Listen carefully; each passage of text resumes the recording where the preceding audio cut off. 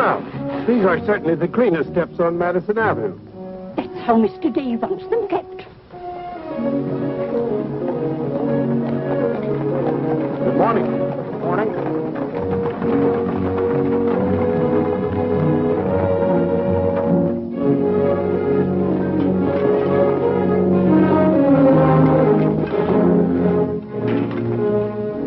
You're new here, aren't you? Just this morning. This is the way Mr. Day gets his milk. Get up.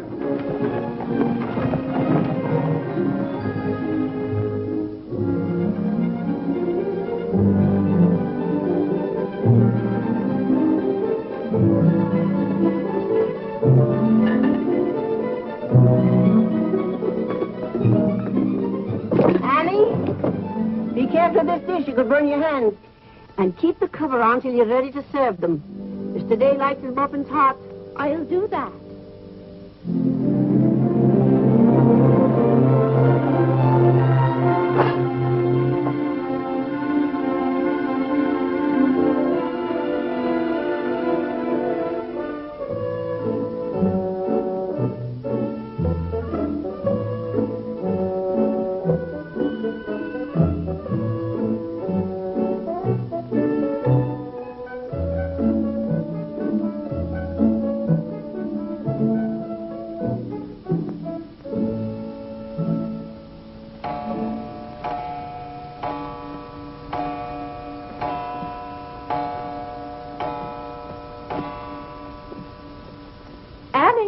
Is the table set for breakfast?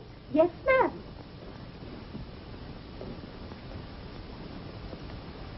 Good morning, ma'am.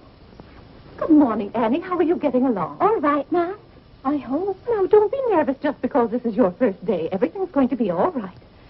But I do hope nothing goes wrong. Oh, no, Annie. The cream and sugar go down at this end. Oh, I thought in the center, ma'am. Everyone could reach the mace. Mr. Day sits here. Oh, excuse me. I didn't know where to place the napkins, ma'am. You can tell by the rings. The boys have their initials. C for Clarence. He sits here. J for John. Here. W for Whitney. He sits over there, next to his father. Yes. And the one with the little dog on it is Harlan's, of course. He's the baby. This narrow, plain one is mine. And this is Mr. Day's. It's just like mine, except that it got bent one morning. And that reminds me, Annie, always have Mr. Day's coffee piping hot. Yes, ma'am. And whenever Mr. Day speaks to you, just say yes, sir. Don't be nervous. You'll get used to him. Yes, oh, that beautiful rubber plant. I'm so glad it came. You mustn't water it every day. Too much moisture makes it very unhappy. Oh, good morning, Mother. I thought you were still upstairs. Good morning, Clarence. Father must be talking to himself. A redhead. Did you sleep well, Mother? Yes, thank you, dear. Golly, I'm hungry. Oh, and Annie, we always start with fruit in the morning, except the two younger boys who have their porridge and milk. Jiminy, another wreck on the New Haven. That always disturbs the stock market. Father won't like that. I do wish the New Haven would stop having wrecks if they knew how it upsets your father. My soul and body, Clarence, what's happened to your coat? Oh, it ripped open again. Margaret mended it for me, but it won't stay mended. Oh, dear. Well, I'll just have to speak to your father about a new suit of clothes. Clarence, why did you take my H2S so far out of our clothes closet? I've told you 100 times that closet's not to make experiments in. Two. Good morning, Mother. John, have you been making those chemical smells again? No, Mother. I'm making an electric battery. It'll ring a bell and everything. You know your father doesn't like electricity. But, Mother, everything's going to be electricity. Not in this house. Oh, God! What's the matter, Claire? What's wrong? Where's my necktie? Which necktie? The one I gave you yesterday. It isn't pressed yet. I forgot to give it to Margaret. I told you distinctly I wanted to wear that necktie today. You've got plenty of neckties. Put on another one right away and come down to breakfast. I don't know what this world's coming to. Mother, may I have my breakfast early? I'm going to play baseball. 3. Whitney, before you leave the house, you have to study your catechism. But, Mother, they're going to let me pitch today. Good morning. Who won? The Giants, 7-3. Buck Ewing hit a home run. Let me see. Boys, don't wrinkle the paper before your father sees it. Mother, Could you ask me my catechism now? I think I know it. Well, let's see. What is your name? Whitney Benjamin. Who gave you your... Doesn't help me down, Mother. There are steps to come down, Mom. Good morning, darling. Good morning, Mother. How's your finger? It itches. Good, that's a sign it's getting better. Come along. Oh. Let's see, what was I doing? Oh, yes, the catechism. Who gave you your name? My sponsors in baptism, wherein I was made a member of Christ, the child of God, and an inheritor of the kingdom of heaven. Mother, if I hadn't been baptized, wouldn't I have any name? Not in the sight of the church. What did your sponsors then for you? They did promise and vow 3 things in my name. First, that I should renounce the devil and all his works, the wrongful vanity of this wicked world, and all his sinful lusts of the flesh. And secondly, that I believe all the articles of the Christian faith. And thirdly, that I should keep God's holy will and commandments, and walk in the same all the days of my... Good morning, boys. Good morning. Good morning. Morning, Father. Father. Morning, Vinny. Have a good night? Yes, thank you, Claire. Good. Sit down, boys. What's that thing doing in here? Claire, that's our new rubber plant. Place for rubber plants is on the equator. Take that object out, Catherine. You're not Catherine? No, sir. Good. Never liked Catherine anyway. Thank you, sir. Put it somewhere else, Annie, but not too near a window. Sit down, Harlan. Thank you, dear.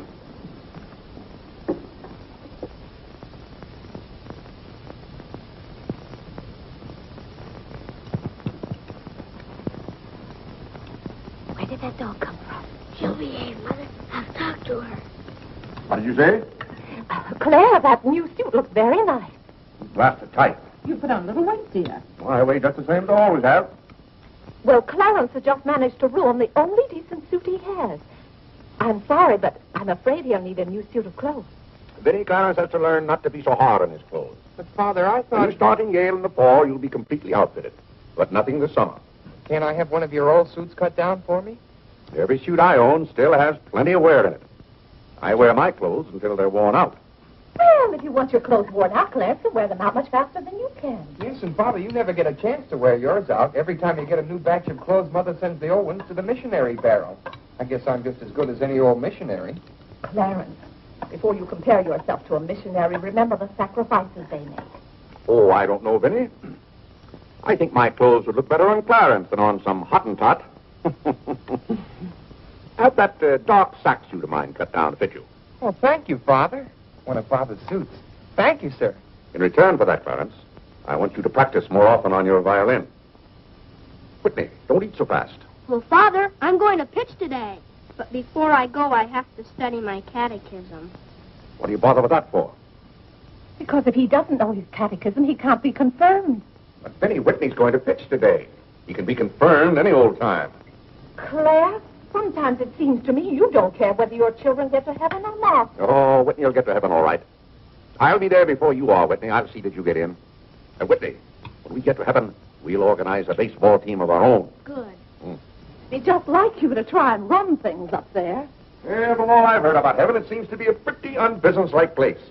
They could probably use a good man like me. What makes you so sure they'll let you into heaven? Well, if they don't, I'll certainly raise that devil of a row. Claire, I do hope you'll behave when you get to heaven. Now, Vinny. Vinny, how many times have I asked you not to engage a maid who doesn't know how to serve properly? Claire, can't you see she's new and doing her best? How can I serve myself when she's holding that platter over my head? Hold it lower, Annie. What became of the one we had yesterday? I don't know why you can't keep a maid. Oh, you don't. Why on earth can't you run your house the way I run my office? All I want is service. What the devil's that noise? It's Annie. Annie? Who's Annie? The maid. I'll take it, Annie. Claire, aren't you ashamed of yourself? What have I done now? You made her cry speaking to her the way you did. I never said a word to her. I was addressing myself to you. I do wish you'd be more careful. It's hard enough to keep a maid, and the uniforms just fit this one.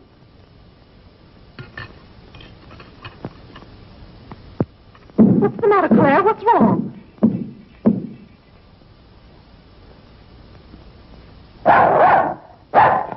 What in the name of... Well, where did you come from? Who do you belong to? She's mine, Father. Her name is Princess. Looks more like a prince to me. What's wanted? Margaret, this bacon's good.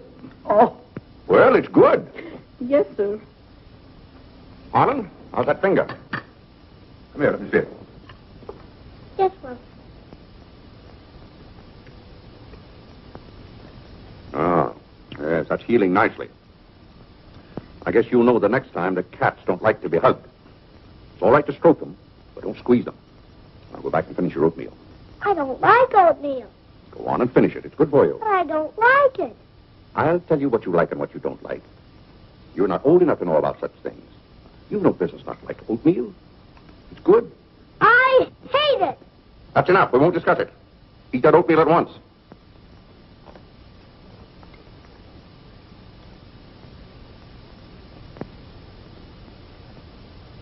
Ah.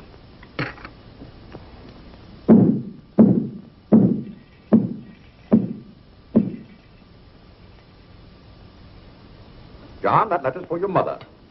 I finished my oatmeal, Father. May I be excused? Yes, Whitney, you may go. It's a good game. I will. Whitney? Yes, Mother. My catechism. Never mind this morning, darling. Run along. Thank you, Mother. What's wanted? Margaret, what is this? Coffee, sir. It is not coffee. You couldn't possibly take water and coffee beans and arrive at that. It's slops, that's what it is. Slops. Take it away. I come down to this table every morning hungry. Well, if you're hungry, Claire, why aren't you eating your breakfast? I am. Aunt Judith wants me to come up and visit her. Now, Vinny, I want no more relatives in this house. We are going to live here by ourselves, in peace and comfort. Claire, I was saying Aunt Judith wants me to visit her. Oh, Eat your oatmeal, dear. but what on earth is this? Dear friend Day, we are assigning you the exclusive rights to Staten Island for selling the Gem Home Pop-Up of popcorn. I think that's for me, Father. But then why isn't it addressed to Clarence Day, Jr.? Oh, it is. I wouldn't get mixed up in popcorn, Clarence. It's too indigestible.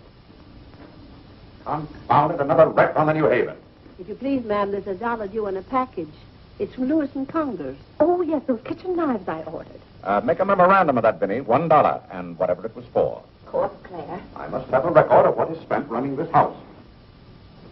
I've never understood what good a record is after the money's gone. There's just $1, Margaret. Vinny, this house must be run on a business basis. Of course, dear. That's what the household accounts are for. Oh, Claire, it's 8:30. You don't want to be late at the office. Plenty of time.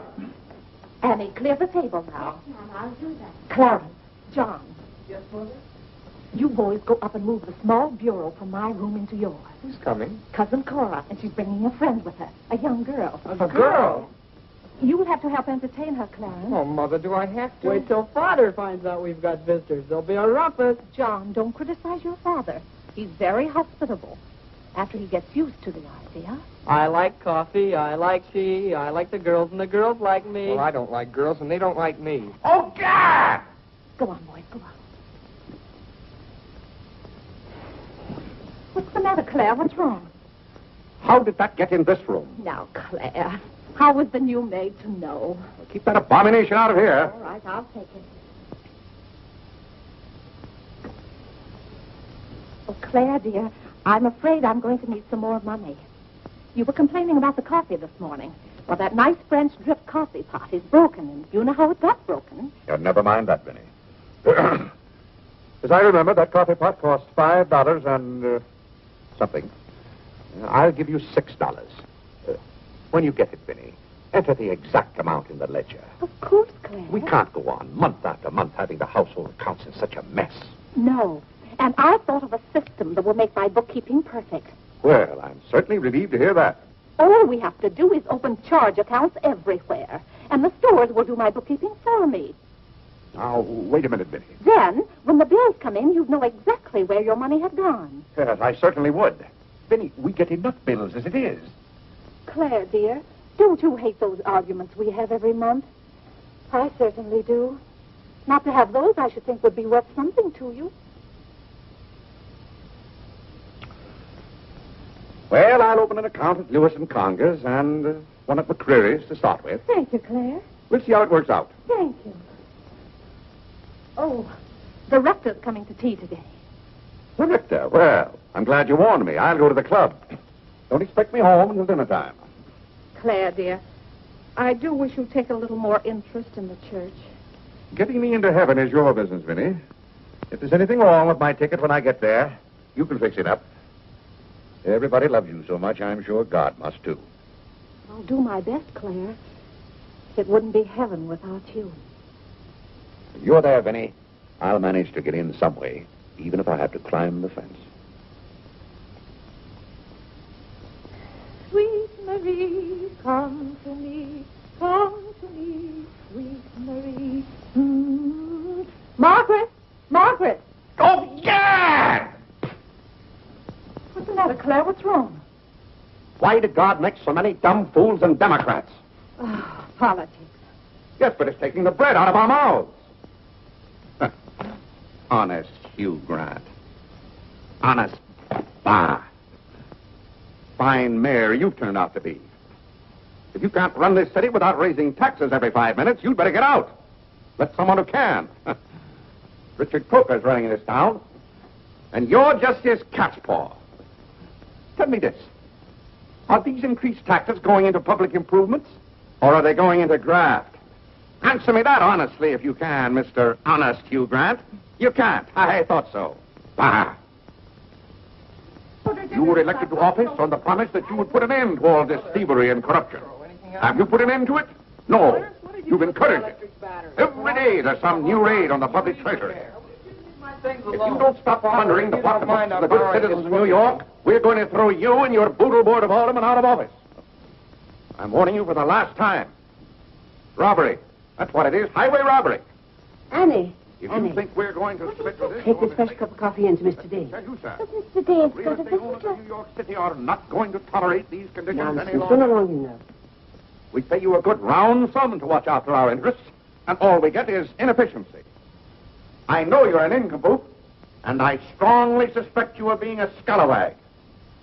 You're not going to escape your legal responsibilities. Legal responsibilities? By gad, I mean criminal responsibilities. Don't think for 1 minute we're going to let you escape. We're going to throw you into jail.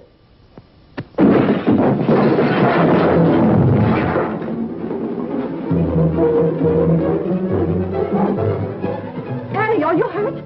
He can't throw me into jail. Vinnie? Vinnie, why can't I have quiet here in the morning? Claire, what happened? It sounded to me as though that maid dropped a whole tray of dishes. Yes, but what did you say to her? Say to her? I haven't seen her since breakfast. I've got to get to the office. Oh, yes, Claire, you don't want to be late. I'll be home in plenty of time for dinner. Why don't we have chicken fricassee tonight? Well, Claire, chicken's gone up. It's 8 cents a pound.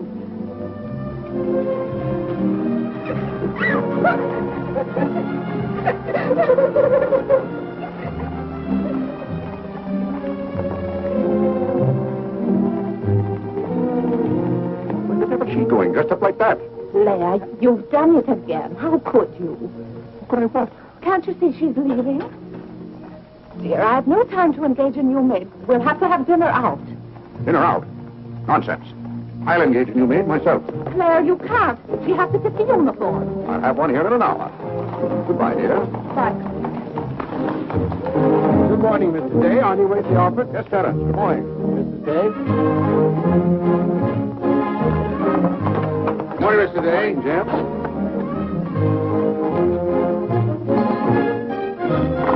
Get here. Get here.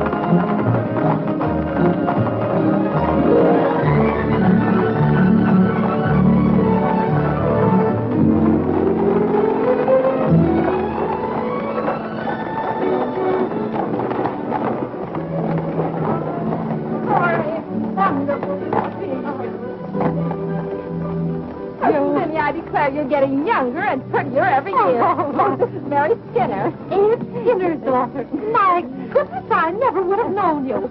Just leave your things out here and come right on in. I heard my father talk so much about you. Did he tell you how he used to dip my pigtails in the inkwell at school?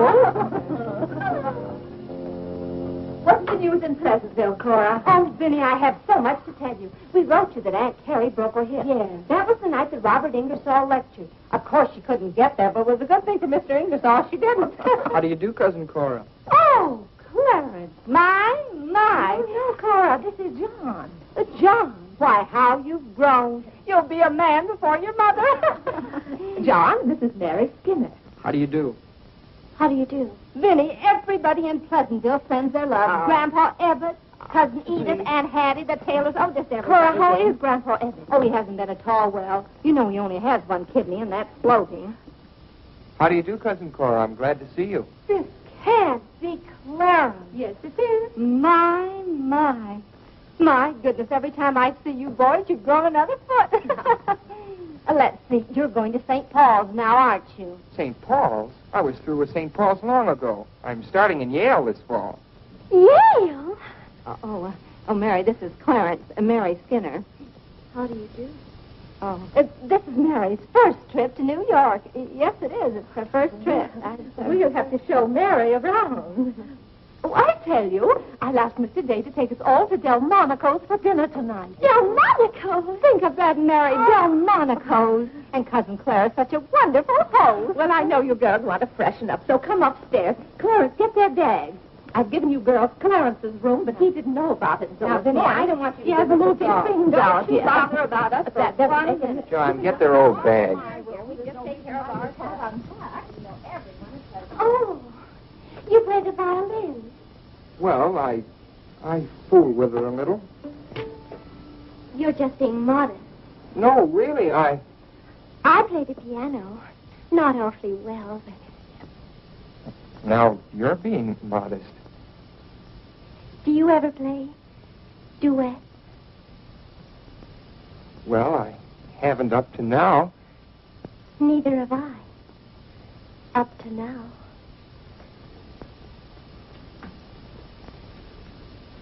Cora didn't tell me about you.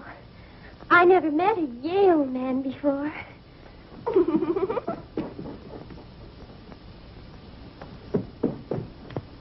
What's happened to you?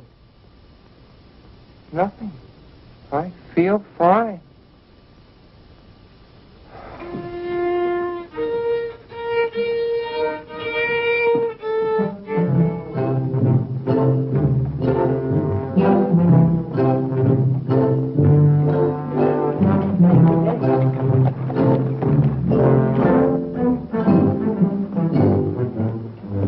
Where do you keep them? Do you wish a domestic servant? Where do you keep them? I will take your name and address. Confound it, I'm late at the office now. If you will give me the details as to what kind of person you require. I'm asking you where you keep them. Why, the girls are in there. But clients are not allowed in that room. If you will tell me the kind of a position you wish to have filled, I'll be very glad to...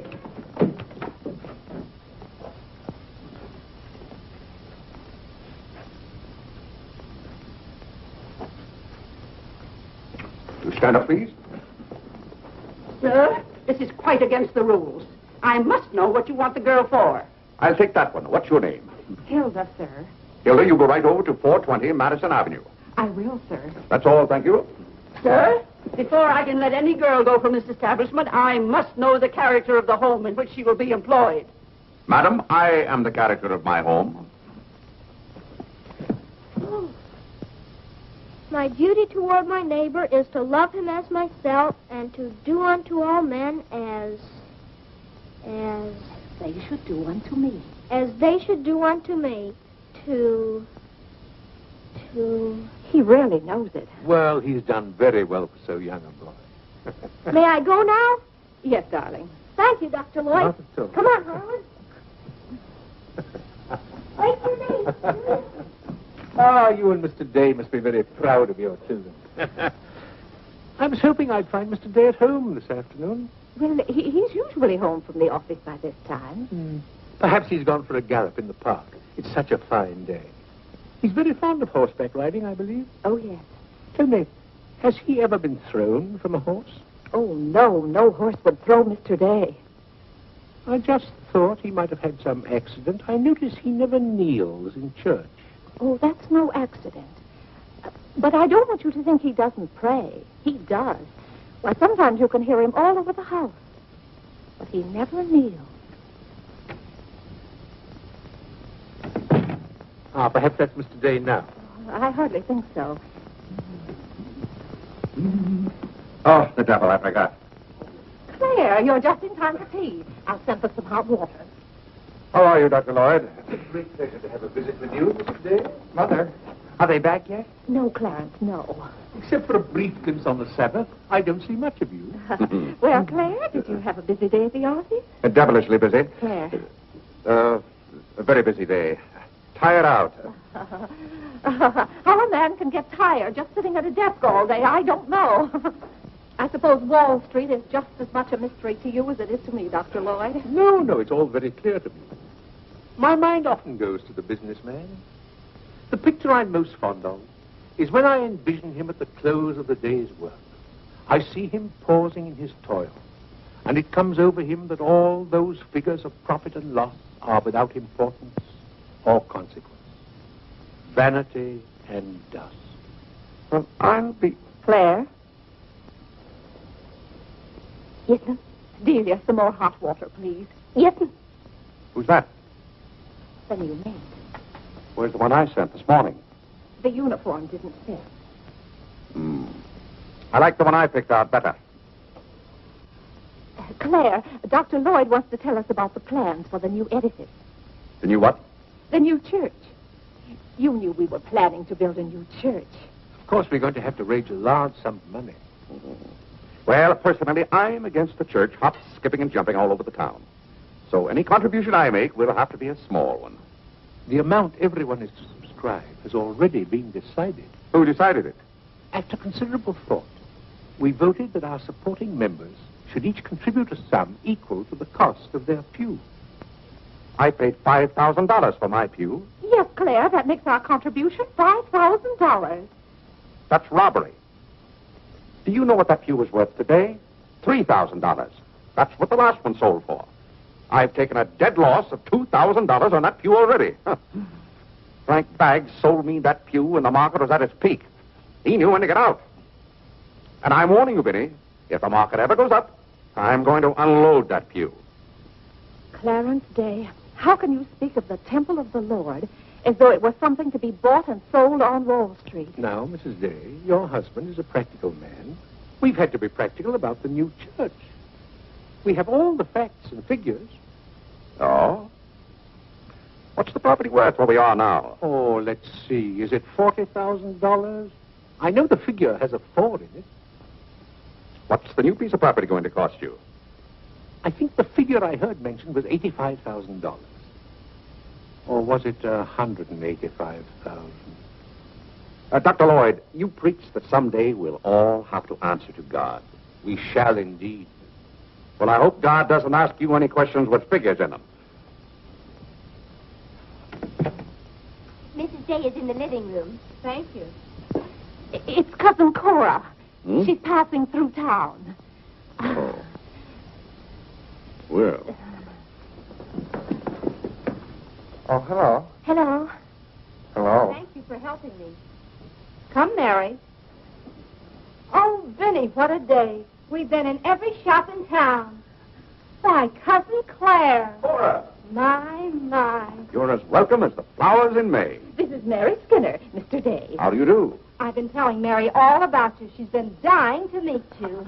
Well, Dr. Lloyd, I want you to meet my favorite cousin, Miss Cartwright. How do you do? And this is Mary Skinner, Miss Skinner, Dr. Lloyd. How do you do? How do you do? Well, it seems to be a family reunion. I'll just run along. goodbye, Dr. Lloyd. Goodbye, Miss Cartwright. Goodbye. Goodbye. Oh, Clarence, you haven't said how do you do to Dr. Lloyd. Goodbye, Dr. Lloyd. Goodbye, everybody. I'll go to the door with you, Dr. Thank you, Lloyd. and thank you so much for tea. Those muffins were delicious. Who did you say this pretty little girl is? She's Ed Skinner's daughter. This is Mary's first trip to New York. Oh, sit down, sit down. Have some tea. We had tea downtown. Oh, never mind then. Delia, sit down, sit down. Even if you have had tea, you can stay and visit for a while. As a matter of fact, why don't you both stay to dinner? That's all arranged, Claire. Cora and Mary are going to have dinner with us. Fine, fine.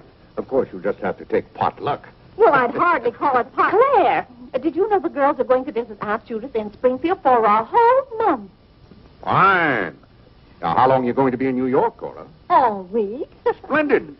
We'd hope to see something of you. Well, you certainly will. Cora, did you find anything you wanted in the shop? Oh, I can't wait to show you. Oh, but I'm afraid some of these packages can't be opened in front of Cousin Claire. Shall I leave the room?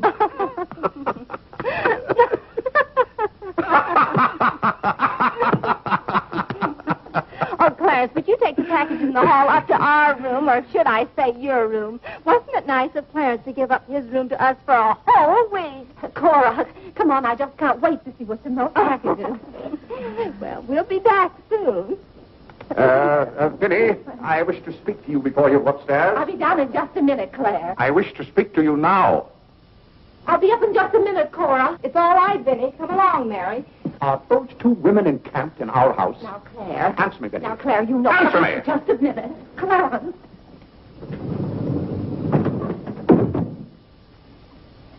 Now, Claire, you know you've always been fond of Cora. What has that to do with her planking herself down in my house and bringing hordes of strangers with her? How can you call that sweet little girl a horde of strangers? Why don't they go to a hotel? New York is full of hotels built for the express purpose of housing such nuisances. Claire, two girls alone in a hotel? Why, who knows what might happen to them? All right, then put them on the first train. They want to roam with the gypsies? Lend them a hand. Keep them roaming. But, Claire, they're just staying in that little room of Clarence's. The trouble is they don't stay there. They stay in the bathroom. Every time I want to take my bath, it's full of giggling females, washing their hair. I tell you, I won't have it. Send them to a hotel. I'll pay the bill gladly, but get them out of here. Father, I'm afraid they can hear you upstairs. Then keep those doors closed. Clarence, you open those doors. Open them all the way. Now, Claire, you be quiet and behave yourself. They're here, and they're going to stay here. That's enough, Vinny. I want no more of this argument.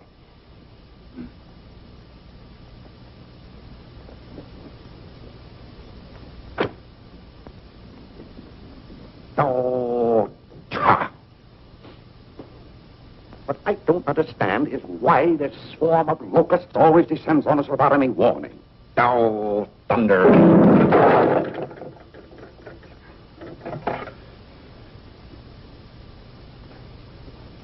Vinny. Dear Vinny.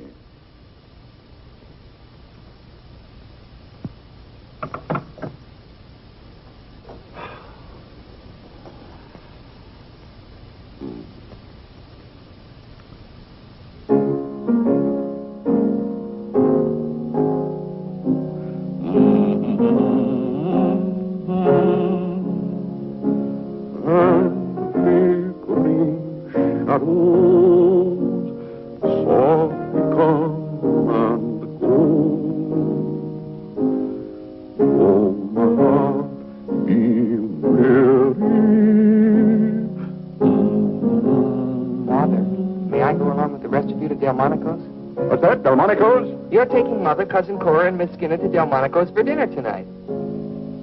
Oh, gad! I won't have it. I won't have it. I will not have my life arranged for me. I bought this house for my own comfort. I will not submit myself to this indignity. Now, Claire, what's the matter? I won't stand it. By heaven, I won't stand it. Clarence. Do I understand that I am not permitted to have dinner in my own home? Claire, a little change will do you good. I have a home to have dinner in, and any time I can't have dinner at home, this house is for sale. Well, Claire, you can't have dinner here tonight because it isn't ordered. And besides, Cora and Mary want to see something of New York. Well, that's no affair of mine. I am not a guide to Chinatown and the Bowery.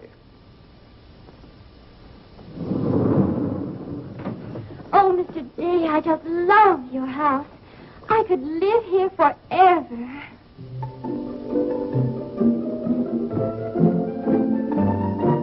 Cora's waiting for you, Mrs. Day. Oh, yes, I'll run right up.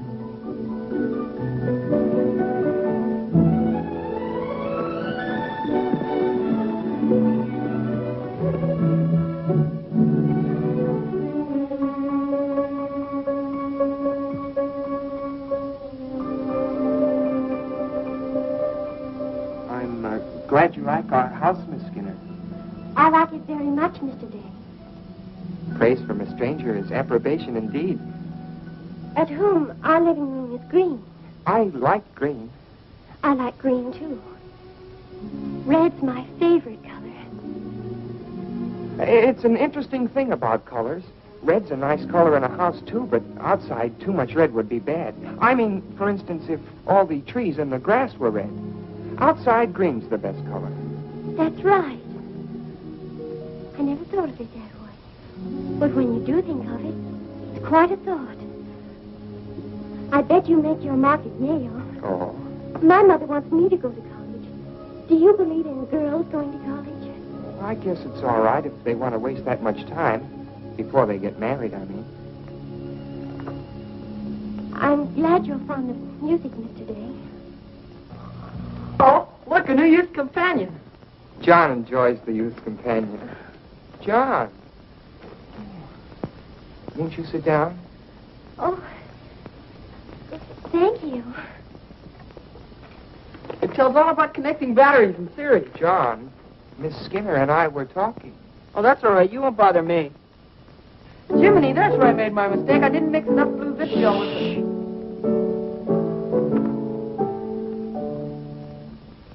Oh, don't stop. Can you play that? I'm afraid not. Can you play Sweet Genevieve? That's my favorite. Not without my music. Hymns are nice, don't you think? I like this one.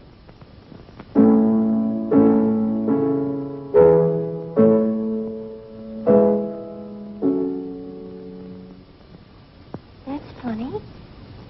The words are the same, but it's the wrong tune. Oh, it can't be the wrong tune. We sing it exactly that way in church. We don't sing it that way in the Methodist church. You see, we're Methodists. Oh, that's too bad. Oh, I don't mean it's too bad that you're a Methodist. Anybody's got a right to be anything they want, but what I mean is, we're Episcopalians. Yes, I know. Anyway, the words are the same. Shall we begin?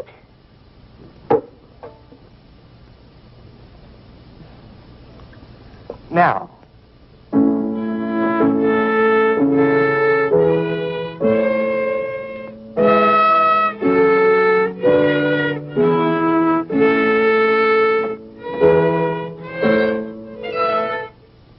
Oh, dear. Well, what's wrong? Shall we try again?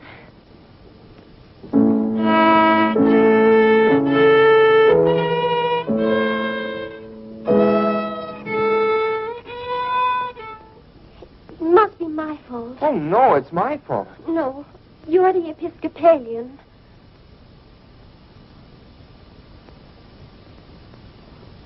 I just remembered something. My father was an Episcopalian. He was baptized an Episcopalian. He was an Episcopalian right up to the time he married my mother.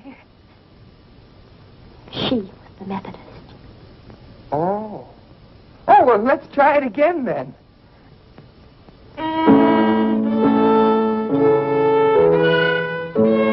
Well, Clarence, if you're going to Delmonico's with us, you'd better get dressed. Am I going to? Jiminy. Thank you, Father. Be ready in just a minute, Mother. Minnie, that young lady looks about the same age you were when I came out to Pleasantville to rescue you. Rescue me? You came out there to talk me into marrying you. It worked out just the same.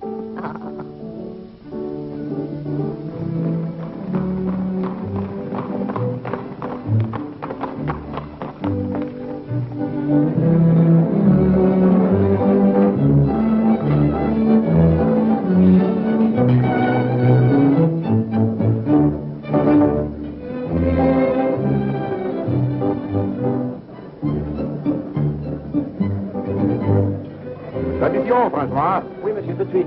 Louis, l'addition pour monsieur Day. Oui, monsieur. Alors, vite, vite. Tout de suite. Alors, vite, vite, tout de suite.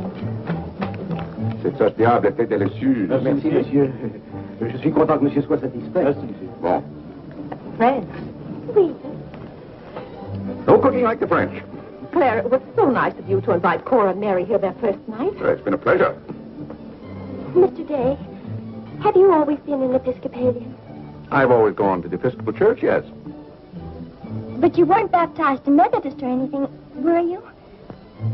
You were baptized in Episcopalian? Come to think of it, I don't believe I was ever baptized at all. Claire, that's not very funny, joking about a subject like that. I'm not joking. I remember now, I never was baptized. Claire, that's ridiculous. Everybody's baptized. What? I'm not. No one would keep a little baby from being baptized. You know Father and Mother, free thinkers, both of them. They thought their children should decide those things for themselves. But Claire... I remember when I was 10 or 12 years old, Mother set out to give some thought to it, but I never got around to having it done to me. Claire, do you know what you're saying? Yes, I'm saying I've never been baptized. And something's got to be done about it right away. Now, Biddy, don't get excited over nothing. Why haven't you ever told me? Well, what difference does it make? I've never heard of anyone who wasn't baptized.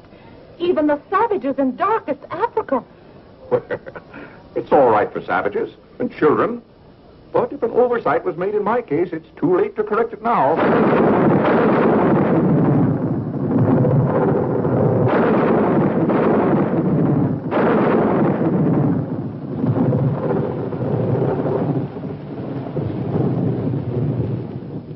But if you're not baptized, you're not a Christian. Why, confound it, of course I'm a Christian. A mighty good Christian, too. A lot better Christian than those psalm singers in church. But you can't be if you won't be baptized. I won't be baptized, and I will be a Christian. I'll be a Christian in my own way. Claire, don't you want to meet us all in heaven? Of course. And I'm going to. But you can't go to heaven if you're not baptized. Ah, that's a lot of falderall. Clarence Day, don't you blaspheme like that. You're coming to church with me before you go to the office in the morning and be baptized then and there. Benny, don't be ridiculous. If you think I'm going to stand there and let Dr. Lloyd splash water on me at my age, you're mistaken. No, I'm sleepy. Good night, Benny.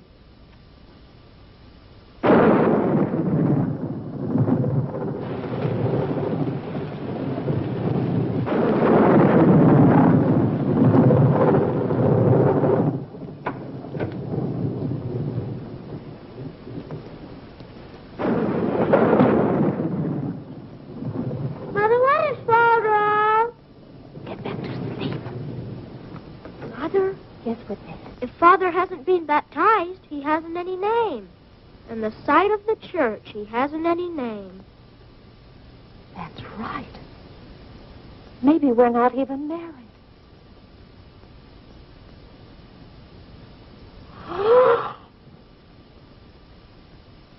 We, thine unworthy servants, do give thee most humble and hearty thanks for all thy goodness and loving kindness to us and to all men.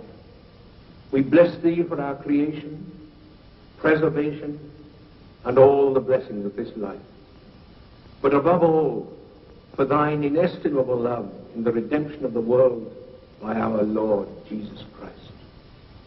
For the means of grace, for the hope of glory. And we beseech thee, give us that due sense of all thy mercies, that our hearts may be unfeignedly thankful. And that we show forth our praise, not only with our lips, by giving up ourselves to thy service, and by walking before thee in holiness and majesty all our days. Through Jesus Christ our Lord, to whom, with thee, and the Holy Ghost, be all honor and glory, world without end. Amen. The grace of our Lord Jesus Christ, and the love of God, and the fellowship of the Holy Ghost, be with us all evermore. Amen. Amen.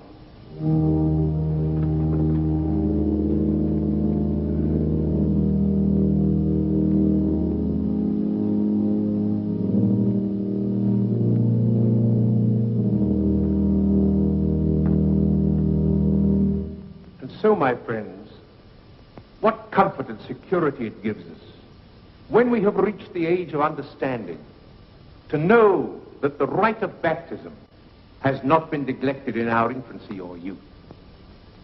Can you imagine any man who has reached maturity with the knowledge that he had never been baptized, failing to hasten to the holy font that his soul might be saved?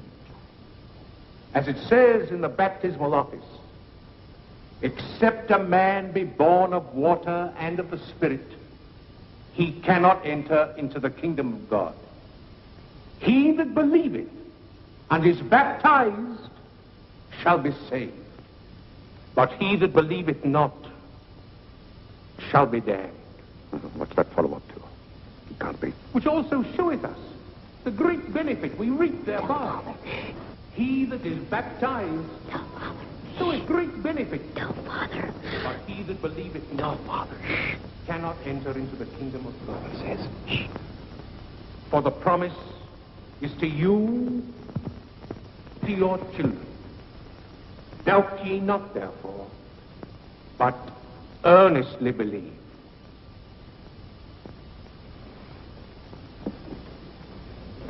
In the name of the Father, and of the Son, and of the Holy Ghost. Amen. Amen.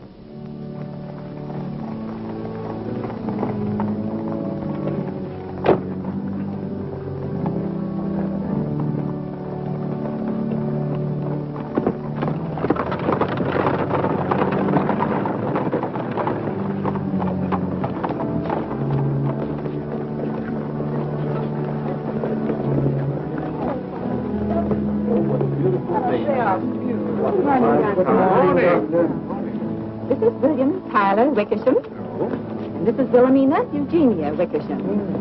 What a lovely day for them to be baptized. The happiest day of my life.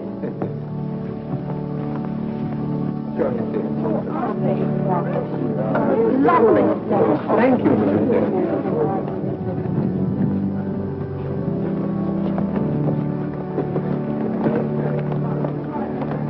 Claire, you know I didn't ask Dr. Lloyd to do that. You must have said something. Well, I had to find out from him if we were really married. I am married and I'm not baptized. And as far as I'm concerned, the whole congregation can know it. They certainly know it now. That suits me. I don't go to church to be preached at as though I were some lost sheep. Claire, you don't seem to understand what the church is for. Minnie, if there's one place the church should leave alone, it's a man's soul.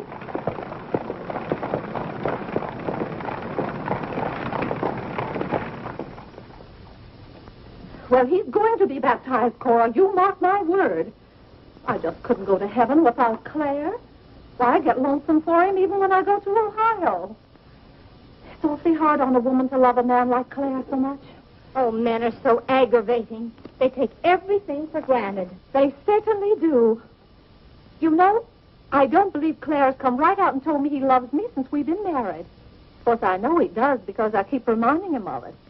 You have to keep reminding them, Cora. Minnie, the table isn't set for dinner yet. I'll be back in a minute, Cora. We're having it after Cora and Mary go to the train. Their cab's coming at 1 o'clock. Cab? The horse cars go right past the door. But, Claire, they have those heavy bags. Cabs are a waste of money.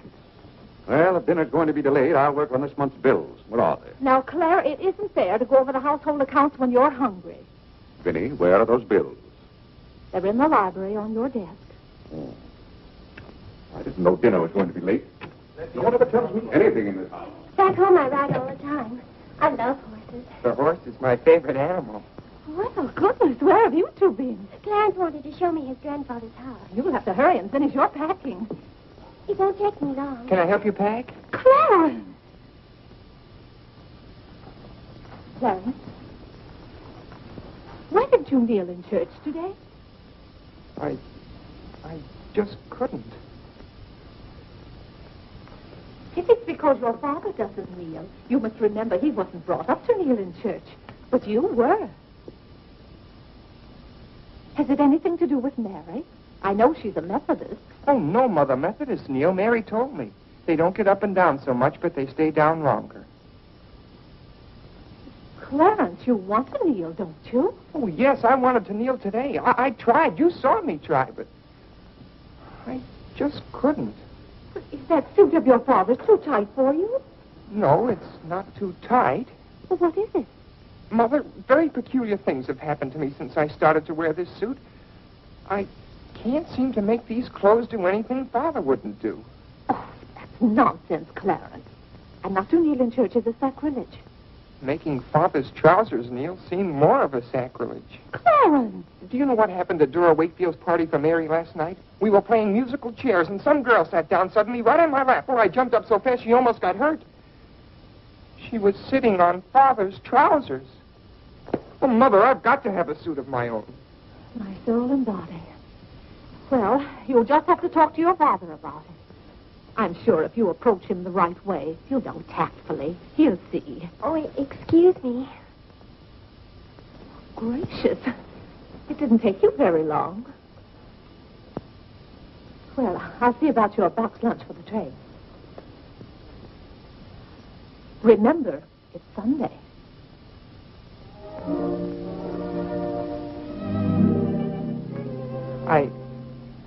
I was hoping we could have a few minutes together before you left. Cora had so much to do, I wanted to get out of her way. Well, didn't you want to see me? I did want to tell you how much I've enjoyed our friendship. Oh, hello. Mother told us to sit in the living room till dinner's ready. Not on the best sofa. Hello. Have you ever been out on our porch? Oh, yes. Well, let me show it to you. It's awfully hard to grow up in a family with children. My, I've never known a week to pass so quickly. Why, Yes? Yes? You're going to write me when you get to Springfield, aren't you? Of course. If you write me first. But you'll have something to write about, your trip and Aunt Judith and how things are in Springfield. You write me as soon as you get there. Maybe I'll be too busy. Maybe I won't have time. Well, you find the time. Let's not have any nonsense about that. You'll write me first and you'll do it right away, the first day.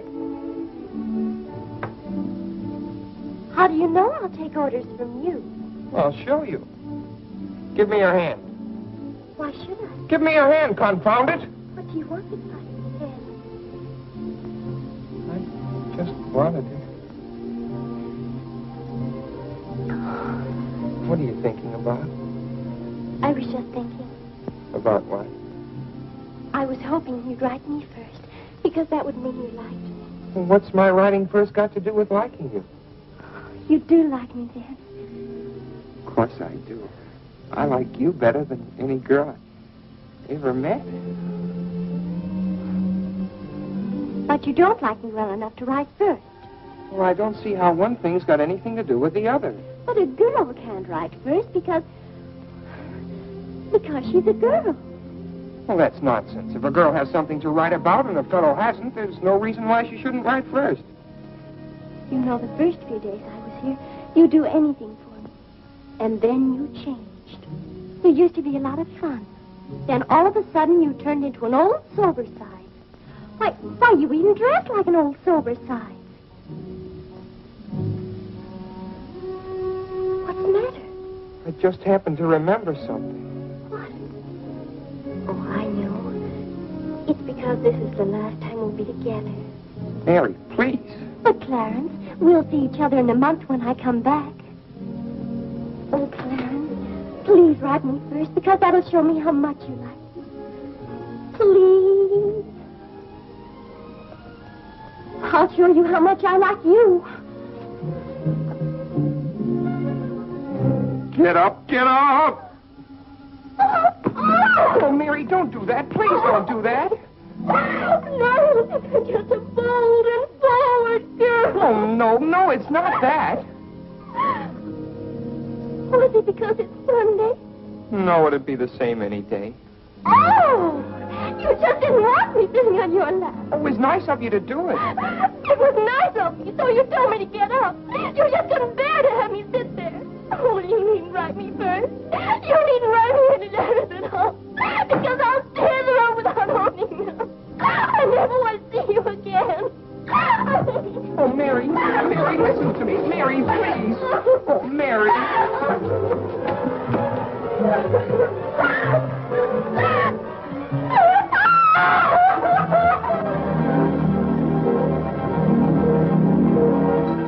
Clarence! Yes, Father? That young lady's crying. She's in tears. What's the meaning of this?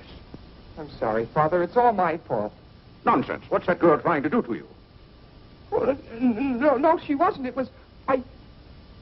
Well, whatever the quarrel was about, Clarence, I'm glad you held your own.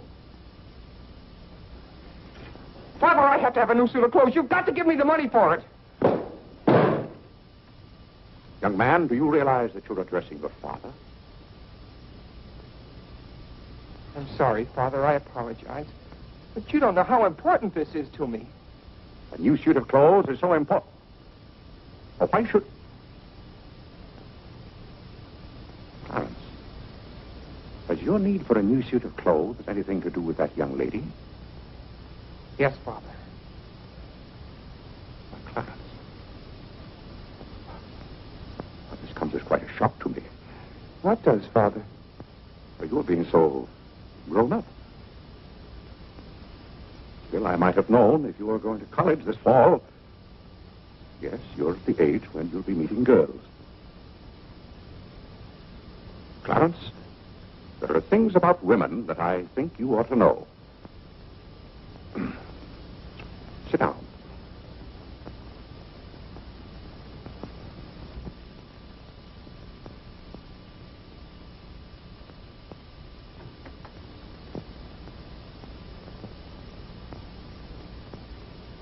Yes, I think it's better for you to hear this from me than to have to learn it for yourself.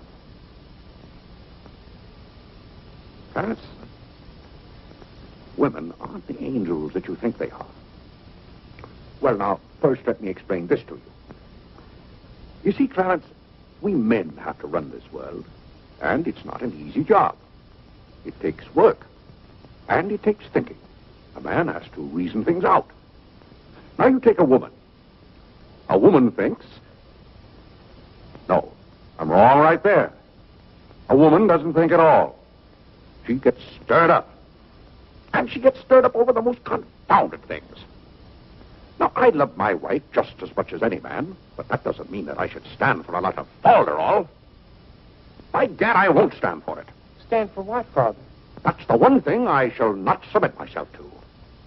Clarence, if a man thinks a certain thing is wrong, he shouldn't do it. If he thinks it's right, he should do it.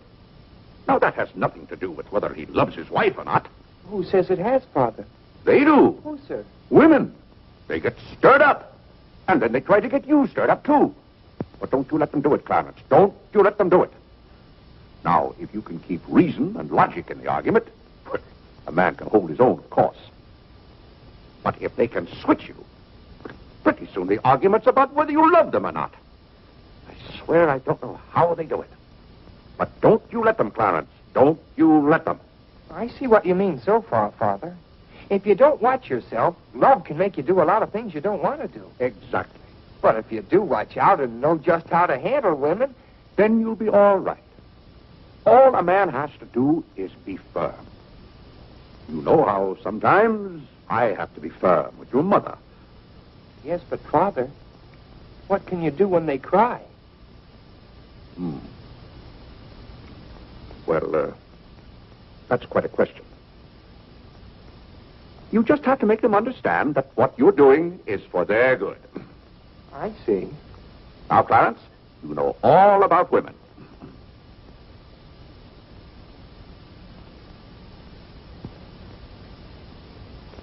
But, Father... Yes, Clarence? I thought you were going to tell me about... About what? About women. Clarence, there are some things gentlemen don't discuss. I've told you all you need to know. The thing for you to remember is be firm.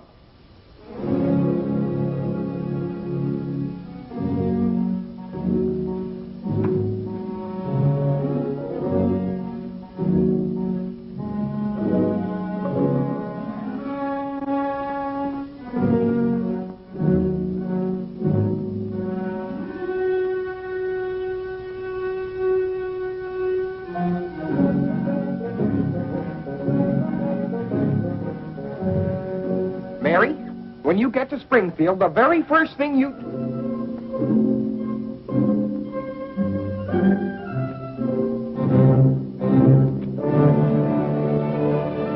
Oh, God! What's the matter, Claire? What's wrong? Sit down, Vinny. Oh, Claire, Cora and Mary are leaving any moment Sit down. now. Vinny, you know I like to live well, and I want my family to live well. But this house must be run on a business basis. I must know how much money I'm spending and what for. For instance, if you recall, a week ago I gave you $6 to buy a new coffee pot. Yes, because you broke the old one. You threw it right on the floor. I'm not talking about that. Now I find here It among my... was a pity to break that nice coffee pot, Claire. It was imported from France, and that little shop has stopped selling them. But what has that... They said the tariff wouldn't let them, and that's your fault because you're always voting to raise the tariff. The tariff protects America against cheap foreign labor. Now, this bill... The tariff does nothing but put up the prices, and that's hard on everybody, especially the farmer. Vinny, I wish to heaven you wouldn't talk about matters you don't know anything about. I do, too, know about them. Miss Gulick says that every intelligent woman should have some opinion Who, about... may I ask, is Miss Gulick? She's the current events woman I told you about, and the tickets are $1 every Tuesday. Do you mean to tell me that a pack of idle-minded females pay $1 apiece to hear another female gabble about the events of the day? Listen to me if you want to know anything about the events of the day. But you get so excited, Claire. And besides, Miss Gulick says that our president, whom you're always belittling, prays to God for guidance. Vinny, what happened to that $6? What's $6? I gave you $6 to buy a new coffee pot. Now I find that you apparently got one at Lewis and Congress and charged it. Here's the bill. One coffee pot, $5. So you owe me $1, and you can hand it right over. I'll do nothing of the kind. What did you do with that $6? Well, Claire, I can't tell you now, dear. Why didn't you ask me at the time? I give up. Wait a minute. I spent $4.50 for that new umbrella. Now we're getting somewhere. One umbrella, $4.50. And that must have been the week I paid Mrs. Tobin for 2 extra days washing. Mrs. Tobin. That's $2 more. $2. That makes $6.50, and that's another 50 cents you owe me. I don't owe you anything. What you owe me is an explanation of where my money's gone. I do the best I can to keep down expenses. You know yourself, Cousin Phoebe spends twice as much as we do. Don't talk to me about your cousin Phoebe. You talk about your own relatives enough. That's not fair, Vinny. When I talk about my relatives, I criticize them. I can't even speak of Cousin Phoebe. You can speak about all you want to. But I won't have Cousin Phoebe or anyone else dictating to me how to run my house. I didn't say a word about her dictating. Claire, you know she isn't that. You said... Well, I don't know what you said now. You never stick to the point. Now, we're going over this account book, item by item. I find here a bill for $38. I don't know what you expect of me. I tire myself out chasing up and down those stairs all day long, trying to look after your comfort, to bring up our children. I do the mending and the marketing. Now you want me to be an expert bookkeeper, too.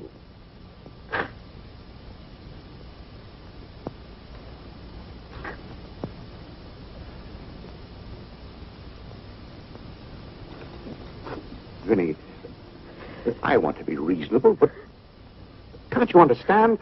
I'm doing all this for your own good. Oh. Well, I suppose I'll have to go ahead just paying the bills and hoping I've got enough money in the bank to meet them. But it's all very discouraging. I'll try to do better, Claire. Well, that's all I'm asking. Well, I'll make out the checks and sign them. But maybe I haven't any right to sign those checks since in the sight of the Lord I haven't any name. That's right. Claire, to make those checks good, you'll have to be baptized right away. Vinny, the bank doesn't care whether I've been baptized or not. Well, I care. And no matter what Dr. Lloyd said, I'm not sure we're really married. Vinny, we have 4 children. If we're not married now, we never will be. Claire, Dr. Lloyd said this morning. That's all, Vinny. Hadn't you better go tell Whitney to watch for the cab? Not before you give me that $1.50. What $1.50? The $1.50 you owe me. I don't owe you any $1.50. I gave you money to buy a coffee pot for me, and somehow it turned into an umbrella for you. But Clarence Day, what kind of man are you? Quibbling about $1.50 when your immortal soul is in danger. And what's more, All right. All right.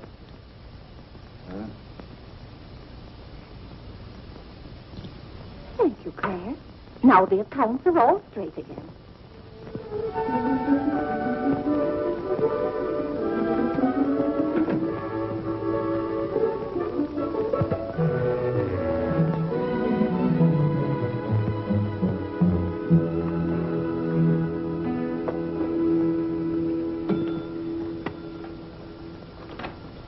What were you doing down there? I'm setting up this new burglar alarm. I invented it myself.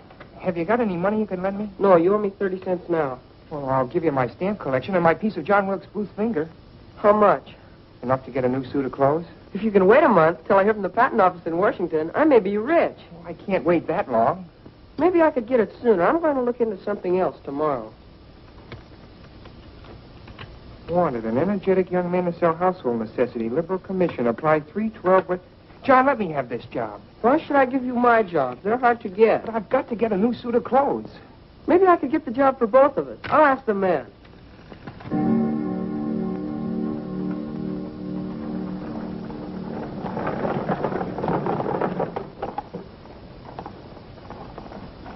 The cab's here, Father. Oh, thank you, Whitney. Vinny, Cora, the cab's here. John, go up and get their bags. Yes, sir. Here's the lunch for the train, sir. Take it out to the cab. Who's that one? It's Ellen. Delia left yesterday. I don't know where your mother finds them. Now, Vinny, don't you let Claire worry about us. We have plenty of time. Take the bags right on out, John. Yes, sir. Well, goodbye, Clarence. It was so nice to see you Goodbye, again. Cousin Cora. Goodbye, Whitney. Now, you be a good boy. Goodbye, Cousin Cora. Goodbye, Harlan. Goodbye. Keep out of mischief. Come along, everybody. Don't keep the cab waiting. Cabs cost money. If there's one thing Mr. Day can't stand, it's to keep a cab waiting. Any waiting to do, there's a waiting room at the Grand Central Depot just for that. Mary,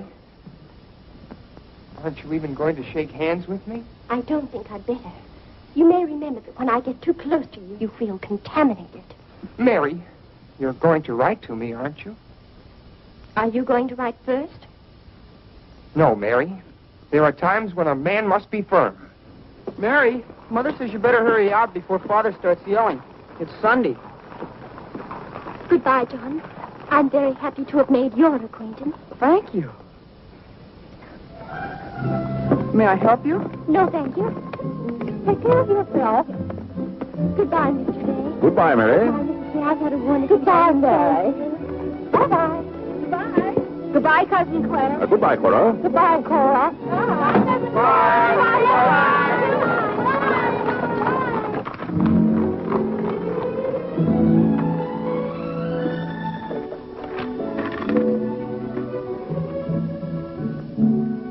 Dear Mary. My duty toward my neighbor is to love him as myself and to do to all men as I would they should do unto me. Has Father gone to the office yet?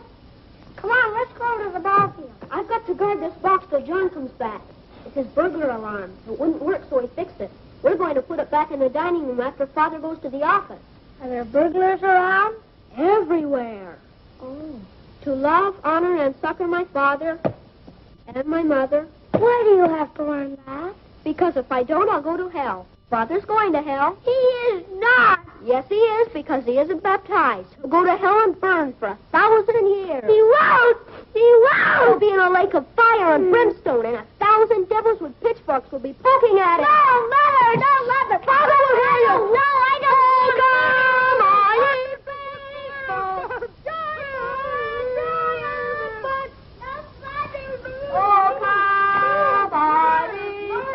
That noise. Just singing, Father. You boys be quiet. You know your mother isn't feeling well. Yes, Father.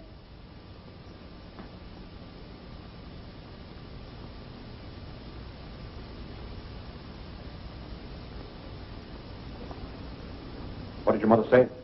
She says she doesn't want any breakfast. Now, why does your mother do that to me? You know, it just upsets my day when she doesn't come down to breakfast. A special delivery, sir. Thank you. John? Where's John this morning? Well, John had his breakfast early, Father, and went out to see about something. See about what? Well, John and I thought we'd work this summer and earn some money. Good. Work never hurt anyone. It's good for them. But if you're going to work, work hard. King Solomon had the right idea about work. Whatever thy hand findeth to do, Solomon said, do thy doggonedest.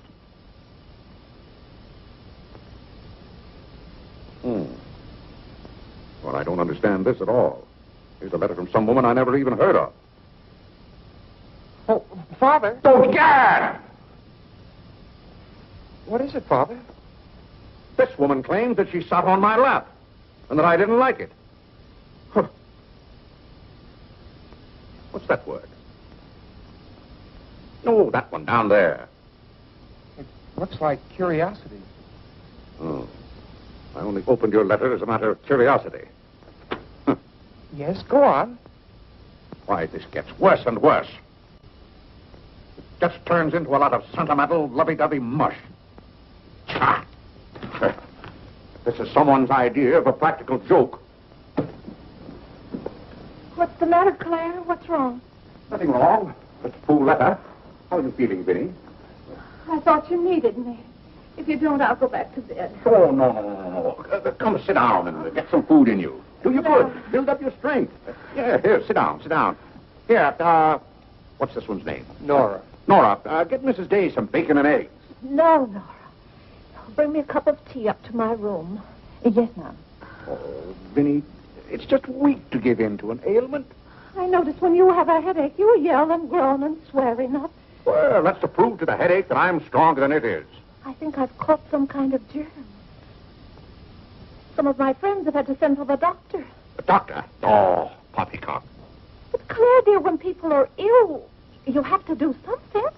Certainly I have to do something. Cheer them up. That's the way to cure them. How would you go about cheering them up? I? Oh, I'd tell them, bah.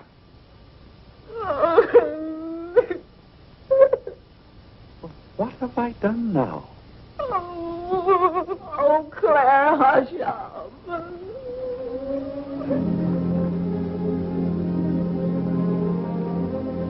Hey, I didn't mean to upset you.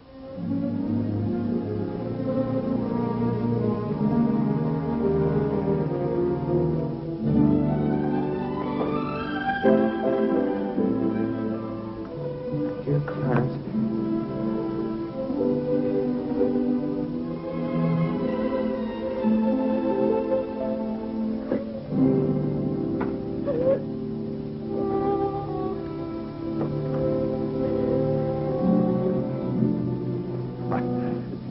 I was just trying to help you. You know, when you take your bed, I have a confounded lonely time around here. So when I see you getting it into your head that you're not feeling well, I want to do something about it. Just because some of your friends have given into this, no reason why you should imagine you're ill. Claire, stop. Get out of this house. Go to your office.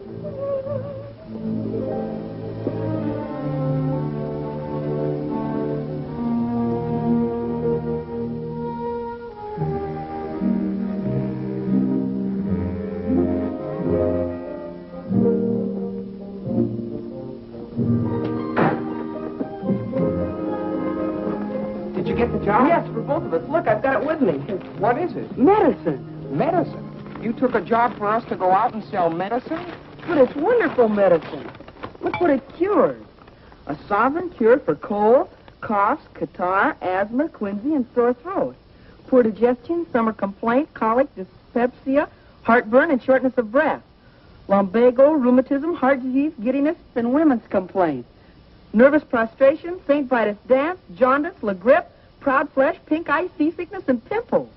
It's made from a secret formula known only to Dr. Bartlett. We get 25 cents commission on every bottle we sell, and he's giving us the territory of all Manhattan Island. Well, lots of fathers and mothers' friends have some of those diseases. Let's start out by calling on them. Yes. Oh, what if they ask us if we use it at our house? Oh, yes, it would be better if we could say we did. Excuse me? Oh, is that the tea for Mrs. Day? Yes. Oh, I'll take it up to her. Thank you.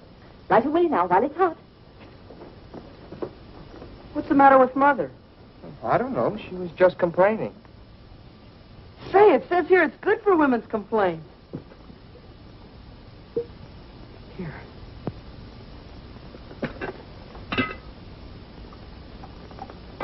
Chesapeake and Ohio and 8. New York Central, 3/4. I'd like to see Mr. Day about those Morris and Essex apartments. They're very busy this morning. You'll have to wait.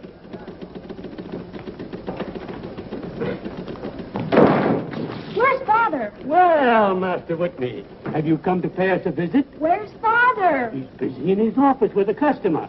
Master Whitney! But, Mr. Day, the president of the firm has... Father, you have to come home right away. What's the meaning of this? Who sent you down here? Your mother? No, sir. Mother's ill. She's terribly ill. Did the doctor send you for me? No, sir. It was Margaret. Margaret? Margaret says you're to come home right away and no nonsense. Perkins, go down and stop the first cab you see. A cab, sir? For you, Mr. Day? Yes, I want a cab, and no nonsense. Yes, sir. I'm sorry, Mr. Hopkins.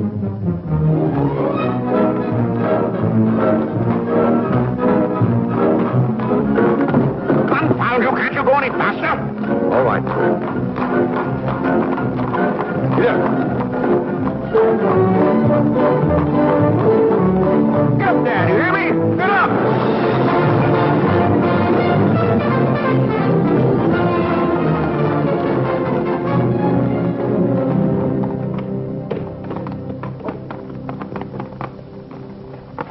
Oh, Doctor, how is Mrs. Day? She's a pretty sick woman. Oh, what's wrong with her?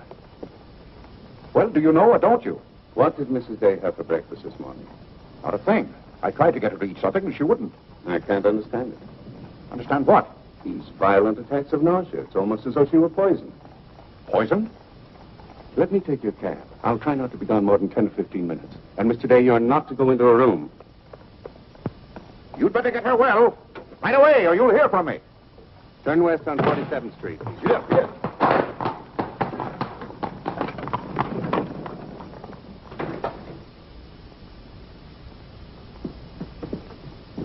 How is Mother? I don't know. Well, she better be good and sick, or Father may be mad at me for getting him up here. Especially in a cab. Is your father come? Yes, just now. Where are you going, Margaret? I have to go for the minister.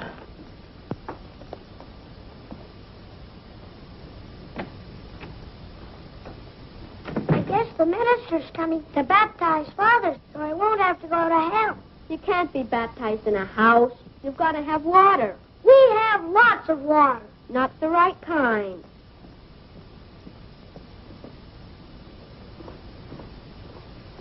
Is Mother better, Father? How can I tell? She wouldn't let me in the room with her. These confounded doctors never know what's the matter with anybody.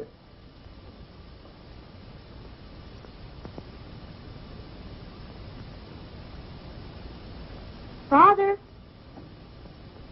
Yes? Mother's going to get well, isn't she? Of course she's going to get well. Father, may we come in? It's lonesome without Mother. Yes, it is Harlem. It's lonesome. Come in, boys.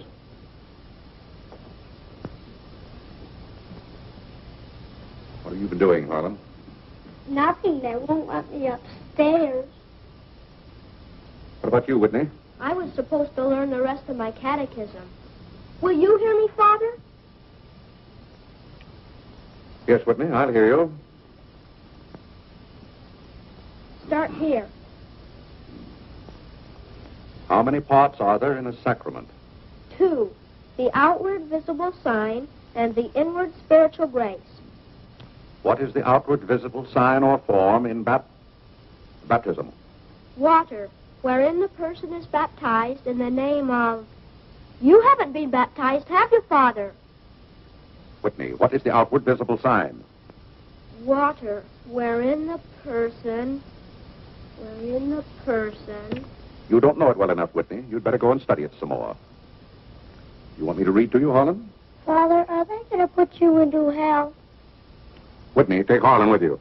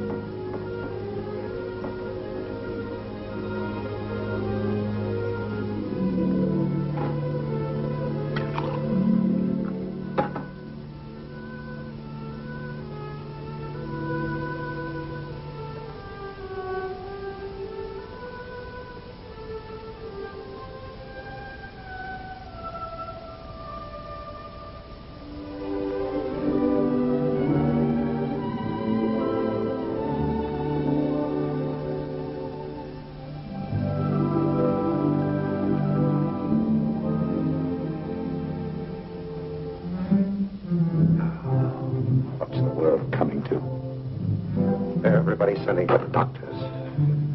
Doctors don't do you any good. Only make you feel worse. All poppycock. Who's ringing that bell? Stop that noise! Stop it, I say! What idiot's ringing that bell?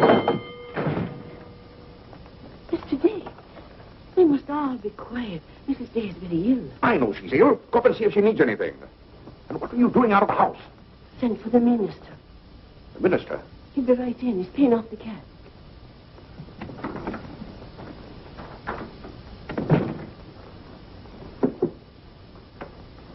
I was deeply shocked to learn the serious nature of Mrs. Day's illness. Will you take me up to her? She's resting now. She can't be disturbed. The doctor will be back in a minute. Mrs. Day has been a tower of strength in the parish. Everyone liked her so much. Yes, she was a fine woman. I wish to heaven you wouldn't talk about Mrs. Day as if she were dead.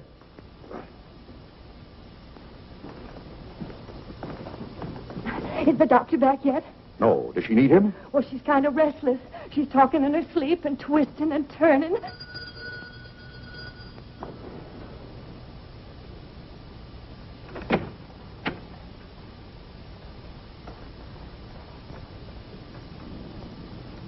Well, Doctor, it seems to me that was a pretty long 10 minutes. See here, Mr. Day, if I'm to handle this case...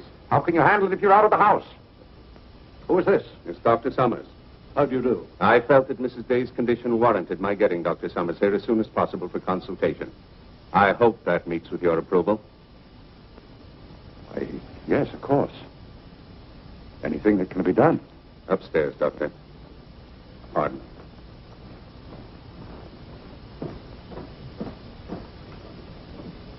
Mrs. Day is in good hands now, Mr. Day. There's nothing you and I can do at the moment to help. Dr. Lloyd. Yes? There's something that's troubling Mrs. Day's mind. Oh? I think you know what I refer to. Yes. You mean the fact that you've never been baptized? Yes, I gathered that you knew about it from your sermon last Sunday. But let's not get angry. I think something had better be done about it. Yes, Mr. Day? When the doctors get through up there, I want you to talk to Mrs. Day. I want you to tell her something. Why, I'd be glad to. You're just the man to do it. She shouldn't be upset about this. I want you to tell her that my being baptized would just be a lot of confounded nonsense. But, Mr. Day... No, she'll take your word on a thing like that. And we both must do everything we can to help her now. But the solution is so simple. It would take only your consent to be baptized. That's out of the question. And I'm surprised that a grown man like you would suggest such a thing.